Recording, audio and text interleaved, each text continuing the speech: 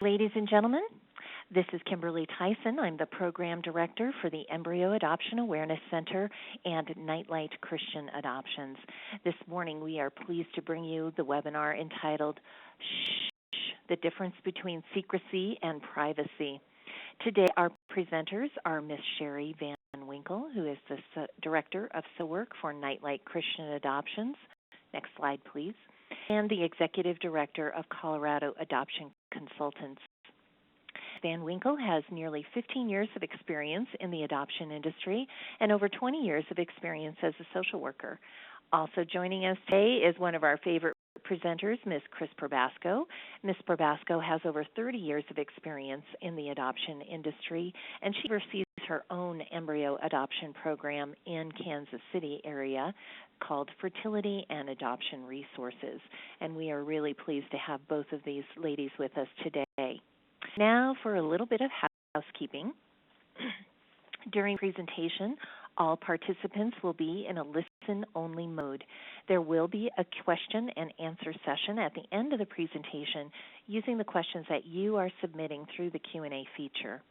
You may submit your questions at any time during this session, and I like to emphasize that because if a question pops into your head, you ought to just type it in there right away, and then we'll answer as many as possible at the end of the presentation period.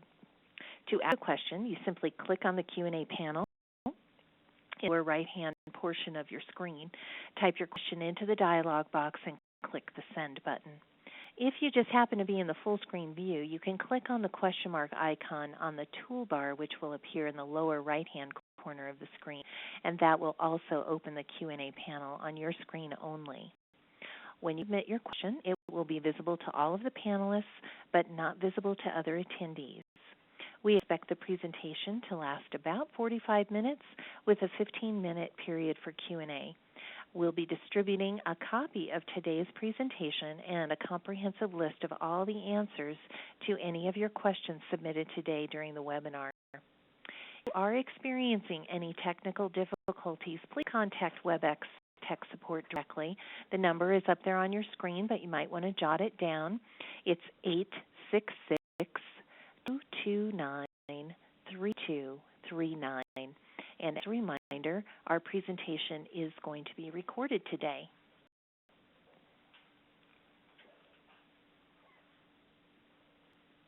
So secrecy versus privacy is really, in essence, talking about the truth. So we found this nice quote from Buddha about the sun and the moon and the truth, that they always come up.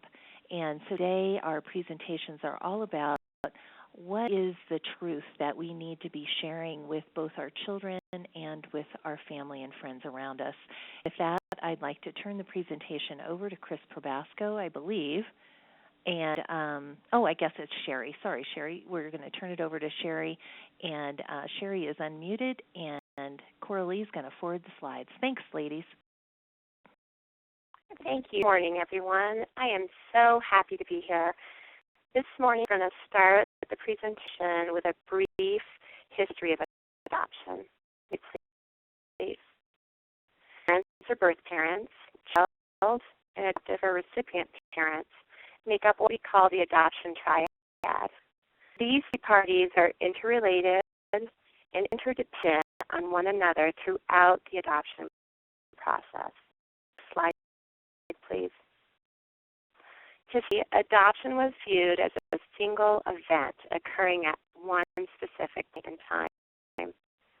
Adoption is a lifelong intergenerational process that unites the genetic parents or birth parents, and the adoptive parents or recipient parents. People still believe that it is the same as giving birth to a biological child. However, issues such as grief and loss affect experiences throughout the life cycle for everyone involved. How adoption is perceived directly impacts our ability to share or keep things private. Next. Adoption was perceived as a win-win situation for all of the parties involved. The adopted parents have children to live and raise, to complete their family.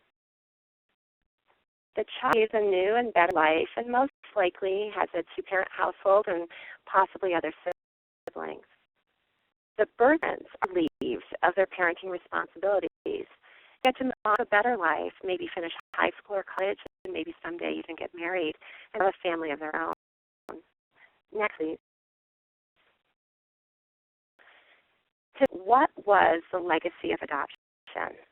Even though it was seen as a win-win situation, there was a great deal of shame associated with adoption.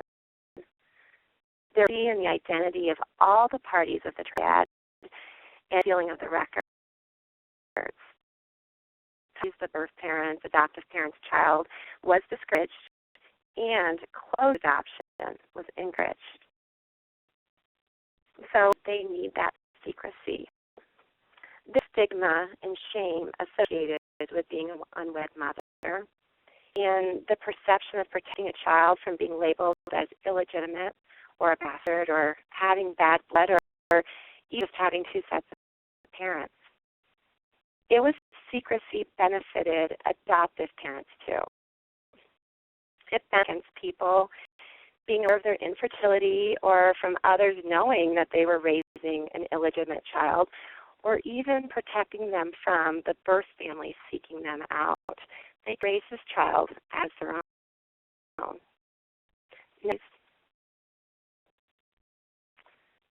Formula has existed since Babylonian times. It has also been common in the United States since our earliest history. In the 1700s, children were used as laborers on farms and plantations, and the orphaned and homeless children were placed in adoptive homes during the Industrial Revolution. In the 19th and early 20th centuries, children were transported via orphan trains from the big cities back east, such as New York and Boston, to the Midwest, where they were placed on farms and adopted by ranchers and farmers who needed help with their lands. In 1900s, Native Americans, such as my great-grandmother, were taken away from their families and adopted into Caucasian Christian households in an effort to eradicate or get rid of their culture and heritage. It was something that was really talked about at all back then. It was an embarrassment to the family, and just personally, we didn't say anything out until when and after my great-grandmother had passed, and it always made me feel really sad, a sense of loss that we lost out on that great history and that great culture. History in the United States led us to the adoption reform movement. Next slide. We needed this unpleasant side of our history to bring us to where we are now. Our history isn't really about the child, but how they serve us. This in the 1970s with the adoption reform movement. Adoptees began searching for their birth parents, and birth started searching for their birth children. People realize that adoption is not a one-time, single life event. It impacted children and families throughout their lifespan. Their frustration and sometimes anger over their inability to access records or family history, or even to find out answers to simple questions like, where did I learn to play the violin, or where did I get this talent, or where blue eyes from? Latched on to personal interest stories during this time, such as birth parents and birth children being united, and this propelled the adoption reform movement even more. Changed, obviously, since the 1970s. There has been a huge movement towards openness and adoption. Open and semi-open adoptions are encouraged. Honest our kids is highly encouraged. Adoption is celebrated, whereas in the past it was hidden. Services such as post-adoption support and counseling isn't the adoptive family anymore. It's for the adoptive family, the genetic family, and the child. Please. The next section on donor conception goes to Chris. Thank you very much, Sherry. That was just outstanding. Good morning to everybody, and thank you for being with us this morning. We're very pleased to be presenting this new webinar. Next slide, please. Okay, so the parallels between adoption and donor history are obvious. Secrecy started donor conceptions. Our first documented donor insemination was in 1884, and at that time, physicians were using their own sperm, and nobody even knew that. So donor conception started very, very deep in the closet, and people could get away with a lot of what happened with having many children born of one donor because it was a secret. The secrecy and the anonymity has placed a great burden on the children born of donor conceptions. We now are in a reform, and part of these webinars are enhancing the reform. Children born of donor families can also be part of the celebration of how they came to their history or to their family. Lots and lots of donor conceived children have grown up. They have attitudes, and they're telling us that they need access to their medical and social history. Next slide, please. The temptation in an embryo adoption, I think it's also a temptation in both sperm and egg conceptions, is there's a pregnancy in the family, so why should anybody need to know? We don't have to conceal the origins of our new infant, and we can act as if this was a child we were able to conceive on our own. What this really says to the child is that we value you only if you can pretend to be our genetic child. The child is born with a fake identity right from the beginning, and this puts much hardship on the child as they're growing, for the family overall. Next slide, please. Childhood and emotional development. We're going to talk about that. Okay, the definitions. When Coralie and I were working on this webinar, I thought it would be a good idea just to look in Webster to see what they say about secrecy and privacy. So obviously, secrecy is something that's hidden. It's not to be revealed. It's a mystery. It's concealed. There's something wrong. You know, whenever there's a secret, there's something wrong. We have to keep it. We have to keep it hidden. With privacy, it's personal. Not necessarily public, and it's more of a decision-making process that we have chosen to have privacy within our family, and these are the boundaries that we have established. So it's a thoughtful process, and it's made, the thinking and decision-making is made out of what's best for everyone involved. The next slide, please. The mental health. Any mental health provider will tell you that secrets always come out in families. They may come out 20, 30 years from their initiation, but they will come out, and they are very difficult to deal with when they do. So something is wrong. The elephant in the room. Everybody knows about the secret, but they can't talk about it. It's hidden.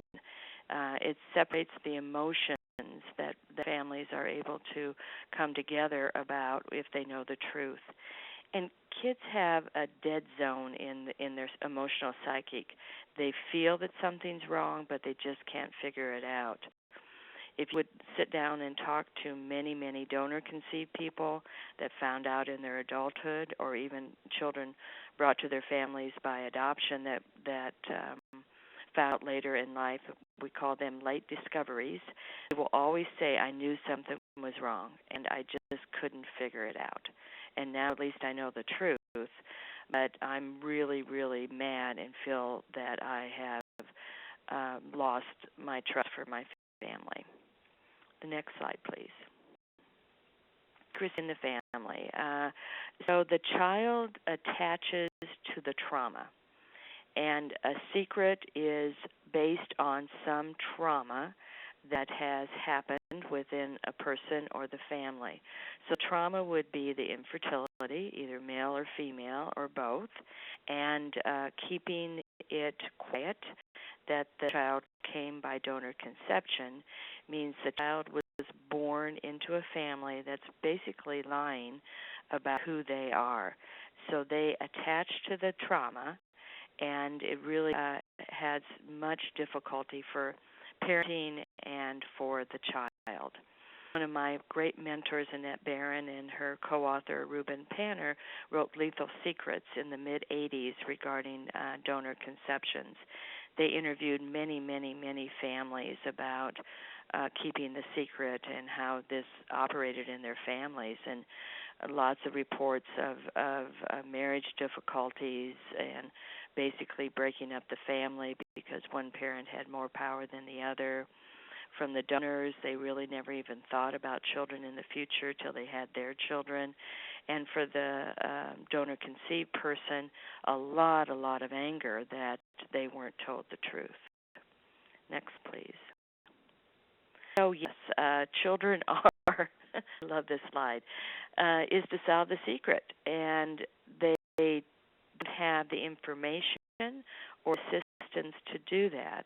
So these are the behaviors that one sees both in a child and in an adult because they take on the shame that's connected to the secret. Something's wrong, and it must be about me. And so you see all of these behaviors, both child and in adulthood. I'm part of a family practice, and we see lots of folks that have secrets of all different sorts, and you see these kind of behaviors with them before we can discover and help them come to terms with it. Next slide, please. So it starts with the parents, and kids take their clues from their parents. And so if a child's asking a question, tell me about when I was born, and all they get is tension, and we don't really want to talk about that now. How did I get in your tummy? Well, you just did. So when questions, just innocent, normal questions are asked, then the trauma and tension because of the secret is presented, and then the child feels uncomfortable. Something's wrong. I'm to fault. So they become the burden of the secret. And secrets all have cost, and that child will have the cost of the secrets throughout their lifetime. Next slide, please. So it starts with parenting. We do have pretend parenting because the child, by the secret, the child has to be the genetic child of the couple. So we're setting the child up not to be who they're going to become. And rejecting the child, I don't think people really consciously think of this, but this is how it feels from a child's perspective, really devaluing who the child is genetically, and that's part of our core. Our genetics and our DNA is part of our core. We also set up power struggles, especially when there's one parent that is genetic and the other parent isn't, and you see that playing out with the marriage. The emotional distance. With shame-based family, it's hard to be close, and the bonding and the attachment becomes really not of a foundation, and it's slippery. It's not together, and it is an insecure family. Next slide, please. Privacy. Okay, so with privacy, we are establishing a foundation of knowledge, a foundation of a chosen process, and the parents are being responsible for their decision. They have conquered their fear by the grieving process.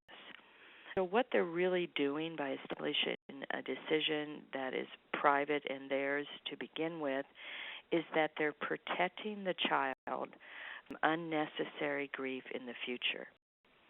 So setting the foundation with honesty and truth, which will be of great benefit for the whole family. Slide, please. The parents then become the child's advocate. If they can make a decision not only with their needs, but with the child's needs, then they really get into the space and time of, I am providing the best I can for this child.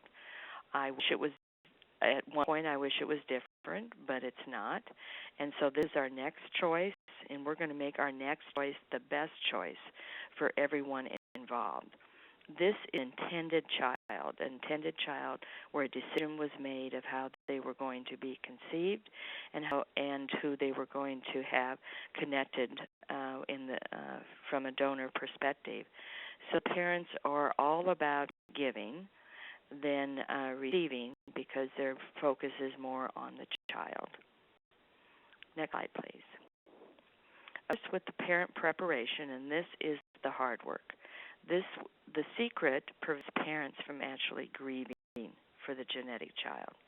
So they keep the secret frozen and keep the decision of how the child came into their family frozen. And it becomes hard and very difficult to melt unless there's grief and a process involved of the letting go. Accept the differences. We learned this a long, long time ago in adoption. There's a difference in parenting a child by donor. There's more. There's decision makings. There's more issues. It's just the family is normal once the grief has been processed.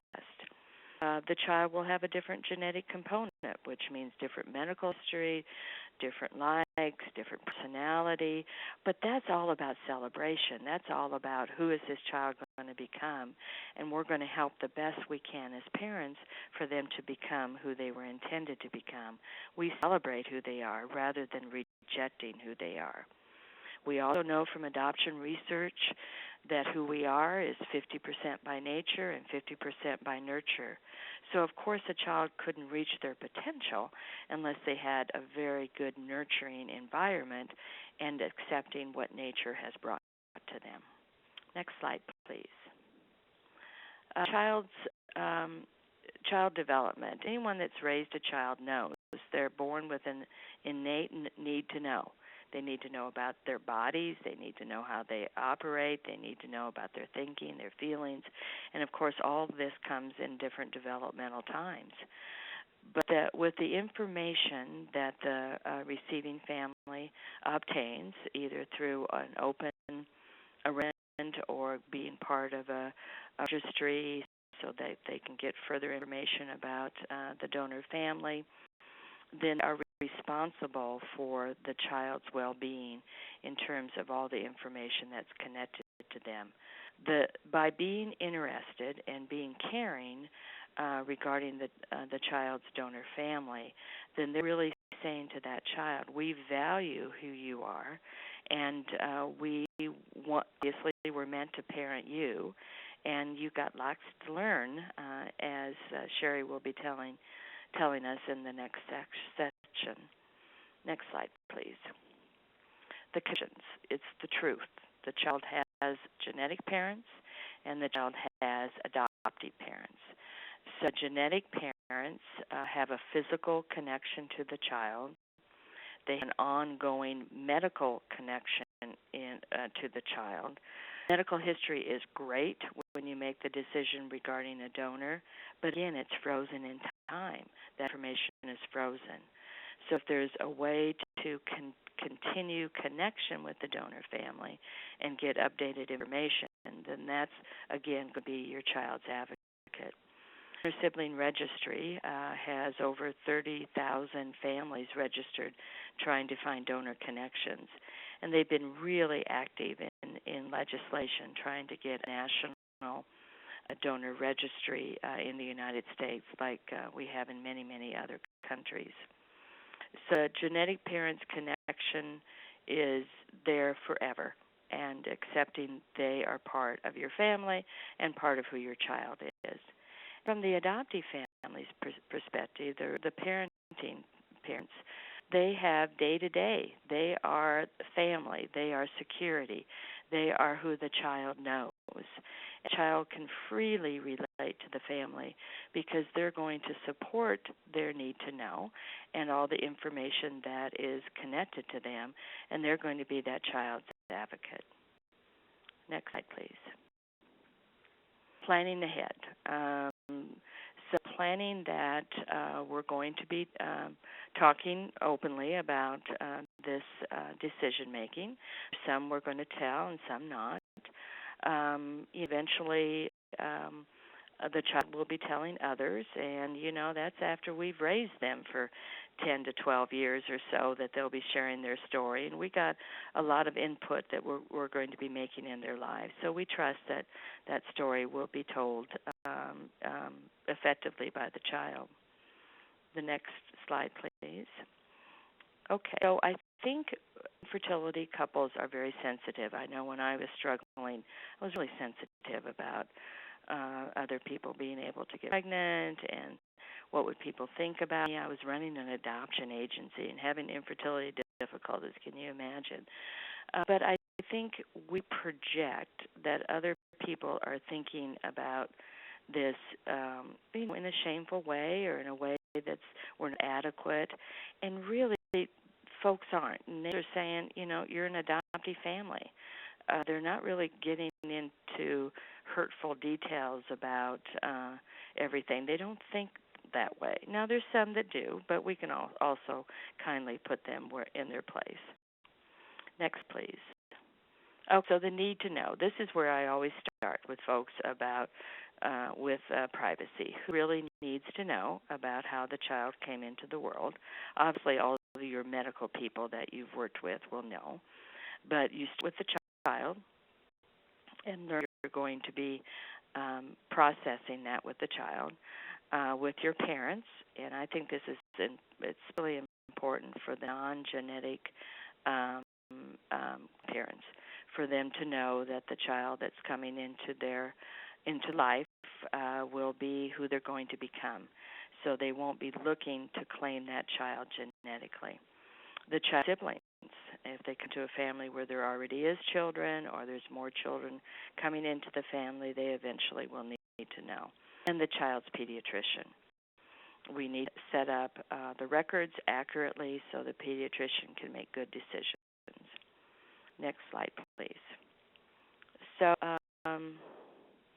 relatives that we feel close to, I think telling them, you can tell them when you're 3 months pregnant or when you're just about ready to deliver, or well, probably a little bit earlier than that. So it allows them to digest this and for them to celebrate the child that you're bringing to them, rather than for them to think this is a different child. Withholding information can make people feel that they've been tricked. So I got a call from a grandma, and the parents told her to call me, and she said, I just found out that I'm not really grandma. Oh, how sad. When I said, well, you are grandma, and she said, yeah, but it's not me, it's not my baby. So all the hurt that she experienced in claiming that child, thinking it was her daughter's egg or biology, and now she finds out different, then she's in trauma. So the needs are openness. Needs are ability to process the information for them to know. The next slide, please. So setting the stage with privacy. With privacy means you can make decisions and set boundaries. So families that you socialize with friends that probably know about your infertility, and you can talk about that we got lots of help and we have a significant helper, and we're so glad that we chose this route because now we're having a baby and we know it's a girl. Have excitement around it, but you don't have to give all the details. Acquaintances. Now, I have families really being, kind of questioning acquaintances, and I have more than not. say, when people know I've been going through infertility, my fellow coworkers or whatever, and I really want to tell them that we chose embryo adoption because then they'll know that this is a process that people can choose, and maybe they'll tell their relatives or friends that they know a family that did embryo adoption, and maybe we'll have more homes for babies. So, they kind of see it as a positive kind of champion of the decision. Regular contact people, regular folks that you see, the people in supermarkets or whatever, oh, I see you're pregnant. When are you due? Due in 2 months. Well, I hope everything's going well. And thanks for your good wishes. That's about all you need to say. You don't need to go into detail with basic strangers. Okay, slide, please. Then we have Sherry. So, Sherry, it's your turn. Thanks, Chris. That was awesome. So, how to talk to your child about adoption and privacy. It's a fine line in talking about adoption and privacy and where your child is developmentally and what their understanding of adoption is. Next slide. Oops, we can go through the video. Okay. Get talking about adoption with your child so you can help your child with adoption issues as they come up. Start talking early. Accept that your child has a history other than yours. And remember that your child is curious about him or herself when they ask these questions. They're not looking for other parents. Conversations, adoption, and privacy issues. Use books and videos or TV shows. Books, a couple of my favorites for young children, A Blessing from Above, Miss Spider, Tiny Itsy Bitsy Gift of Life, which is an egg story. And that helps start the conversation with your young child. Videos like Tarzan or Dinosaur Train are great to get that going with a really young preschool-age child. And then go developmentally appropriate for older children.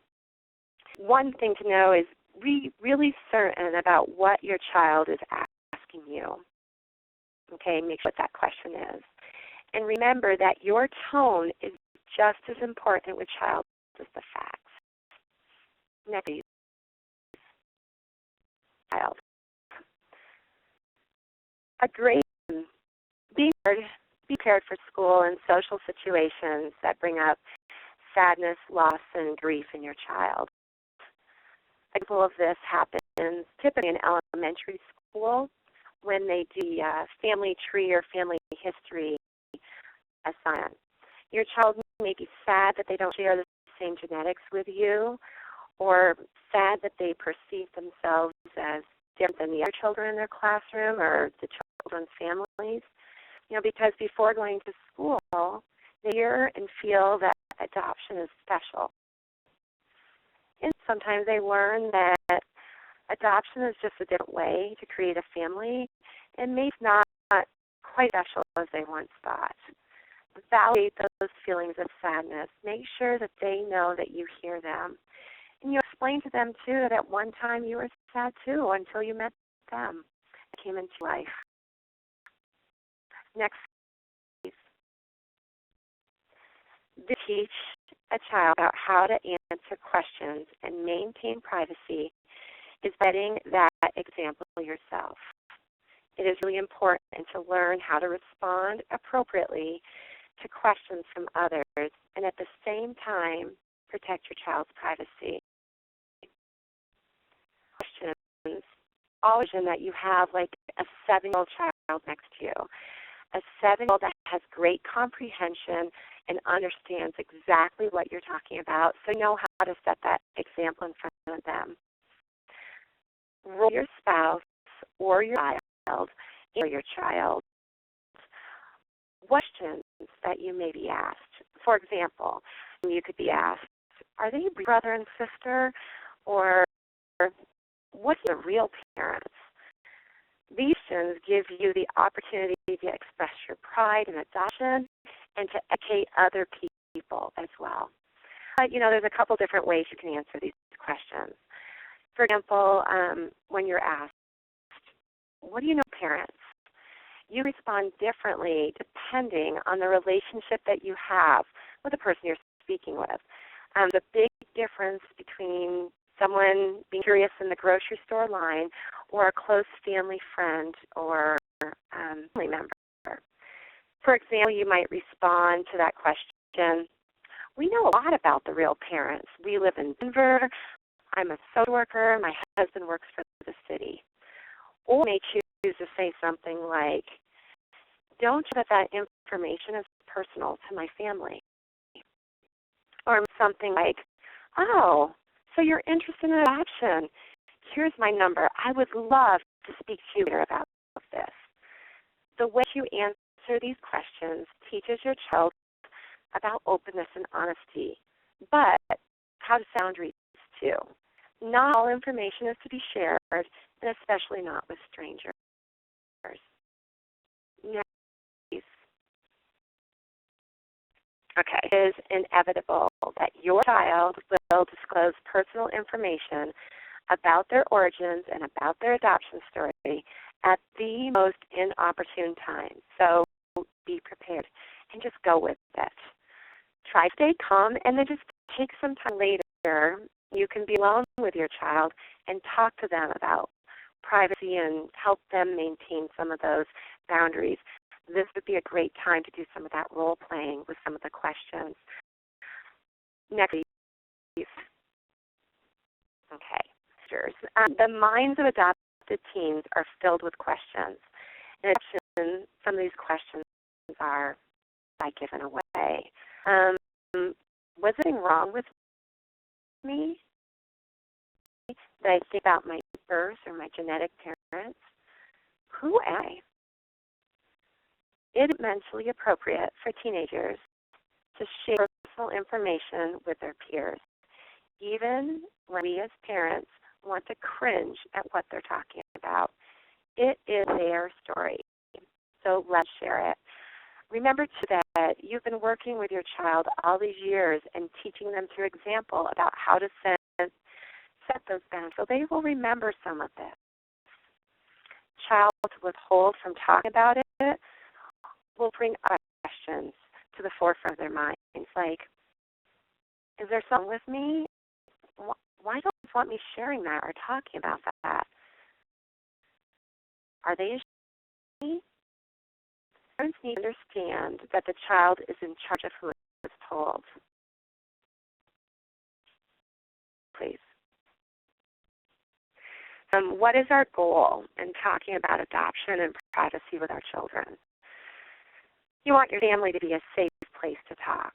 Our goal is to create a safe, loving, open, and nurturing home environment where adoption and privacy and all the issues associated with adoption can be discussed within the safety and security of your own home.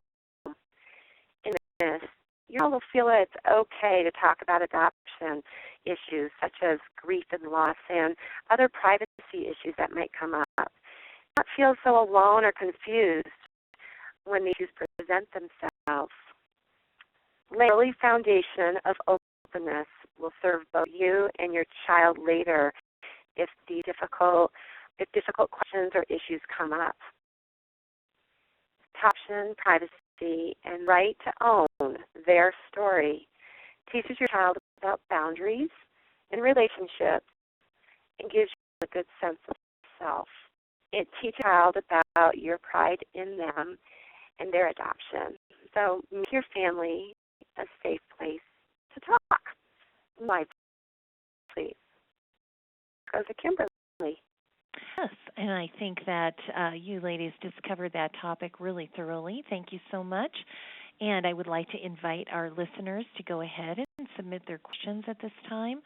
And also remind you, well, first of all, remind you how to do that. You just type your question into that lower right-hand corner, into that rectangular box, and click the send button, and that's how easy it is to submit a question. And then the next slide, I think we have some of our upcoming webinars that I'd like to share with you about.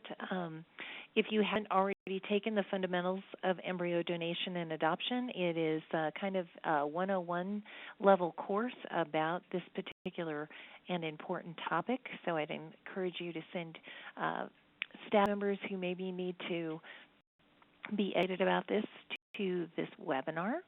And then in September, husbands and wives and partners, how we can go about being on the same page on this interesting adoption alternative through embryo adoption. So we would like to encourage you to register for either of those events.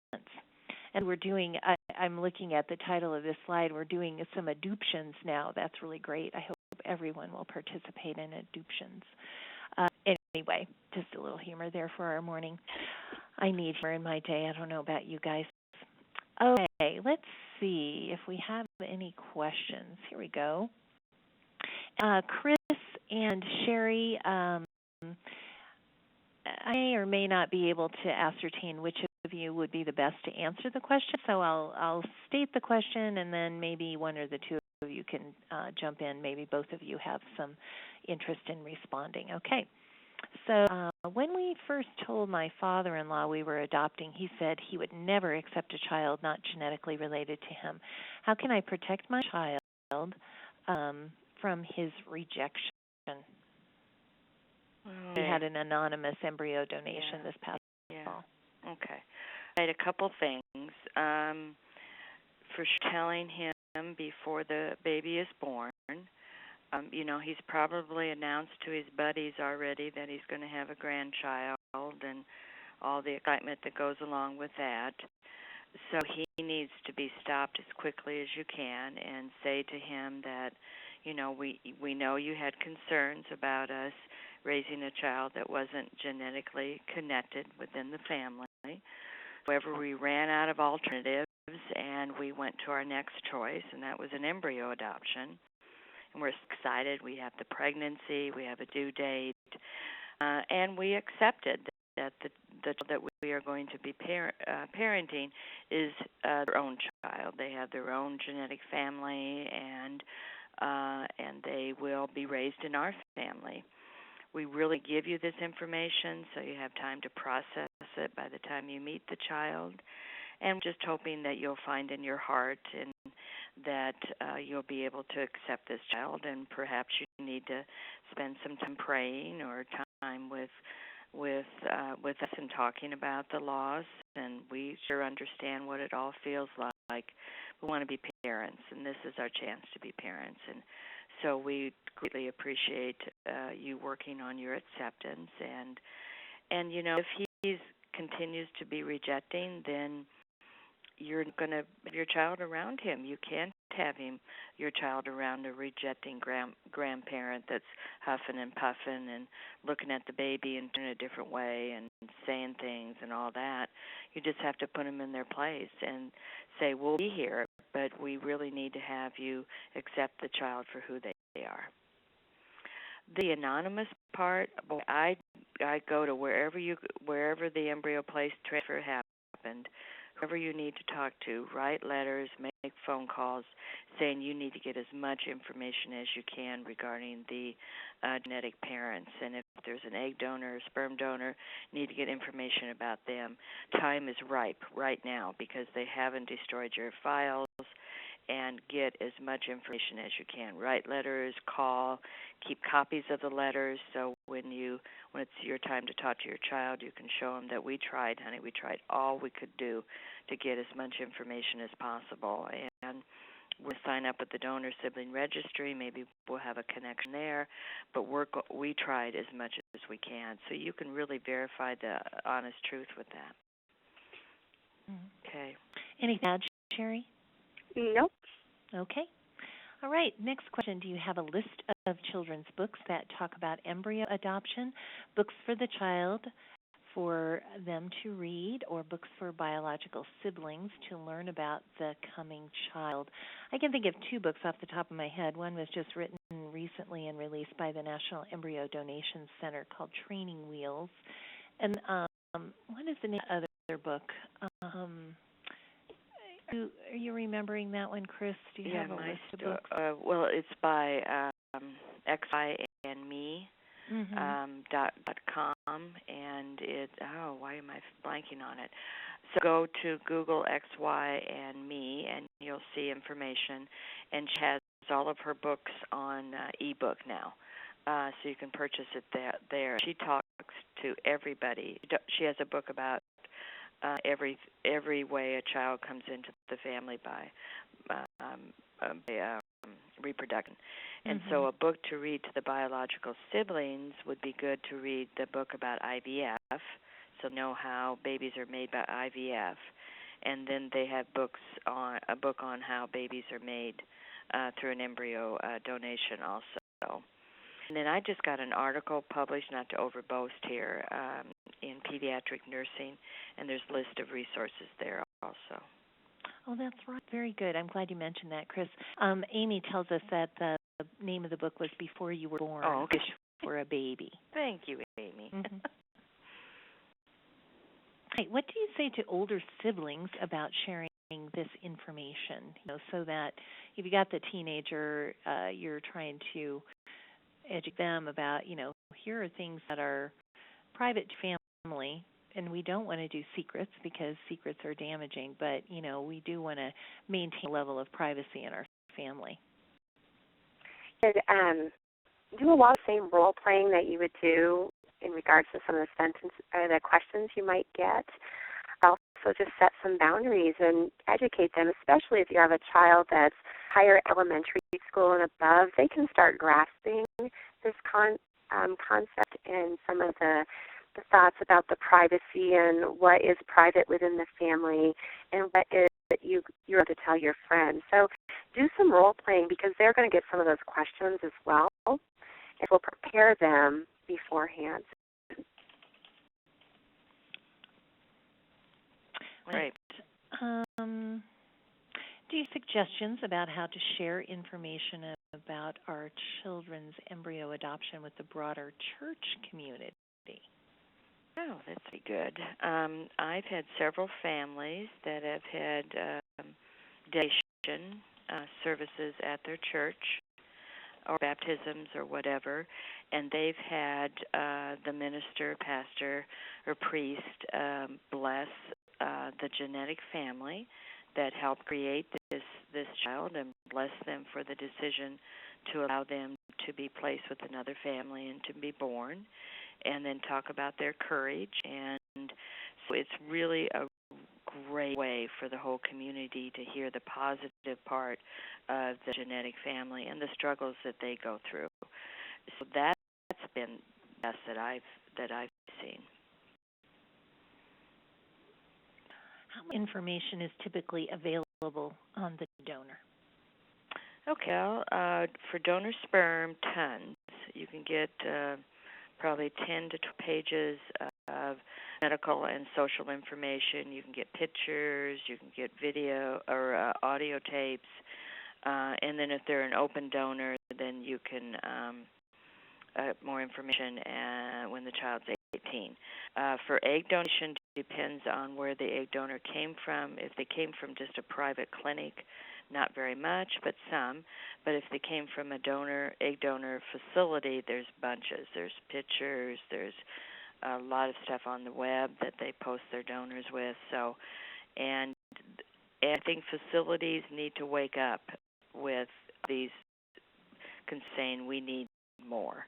So if the agency said, no, that's all we have, then just keep bugging them until you get more. You'll get more, for sure. What about embryo donor families, Chris? Embryo donor and sharing information?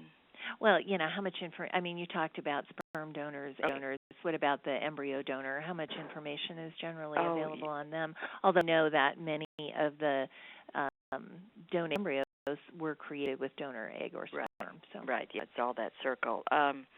Generally, when you're going through like an adoption agency or adoption program, you're going to have tons of information on the genetic family. In my program, we do only open adoption, so everybody knows everybody. But like if it's anonymous placement through an agency, then they're going to keep that file because they have to forever and ever. and they'll be able to contact the family if they'd be willing to share more information. Okay. Is it okay to justify not disclosing a child's origins to a family because it isn't fair for them to know before the child knows? Can you explain to the family that they were conceived using high-tech fertility treatment rather than they were donated an embryo? Okay, I think you can do the high-tech fertility treatment with acquaintances and others, but family, they really need to know that they're not claiming this child genetically, because I don't know, I just went to see a baby yesterday, and a birth mother is placing her baby, and she was claiming and saying who the baby looks like, and she had 2 other children, and she thinks he looks like so-and-so. So people claim babies by how they look and how they look genetically, either this family or that family. So they do feel really tricked that they've gone through that whole process and fell in love with this child thinking that they were their genetic grandchild or genetic aunt or whatever. And it's not nice. It's not good later. For the child will find out, and the child will say, well, who else knows about my story? Oh, honey, your grandma and grandpa and everybody just loves you. So then the child hears, well, they know who I am, and they still love me. So it's such a better picture, because people do not like to be tricked, and then they have to re-identify with the child and re-bond with the child once they've known the truth. So it's not as healthy for the child in the long run not to have an openness situation. All right. Looks like we have one last question here this morning, unless somebody else scoots another one in before we're done answering this one. How do you handle relatives or family members who do not show the same acceptance of the child once they are born as they do with other children in their family? And I imagine this happens with all born children being brought into families too. Some level of rejection from extended family members. Kimberly, it does.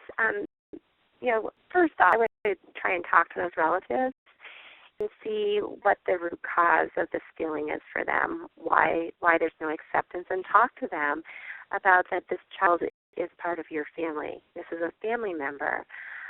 If they still continue to act that way of non-acceptance, then you have to take in consideration the type of boundaries that you're going to establish with a family member, because utmost is the protection of your child, and setting those boundaries to keep them emotionally safe as well. What that looks like depends on the relationship that you have with those relatives or family members who are not showing that same acceptance of your child. Anything to add, Chris? I'm joking. No, I'm joking. You're joking, the relative. right. Yeah. Sherry did great.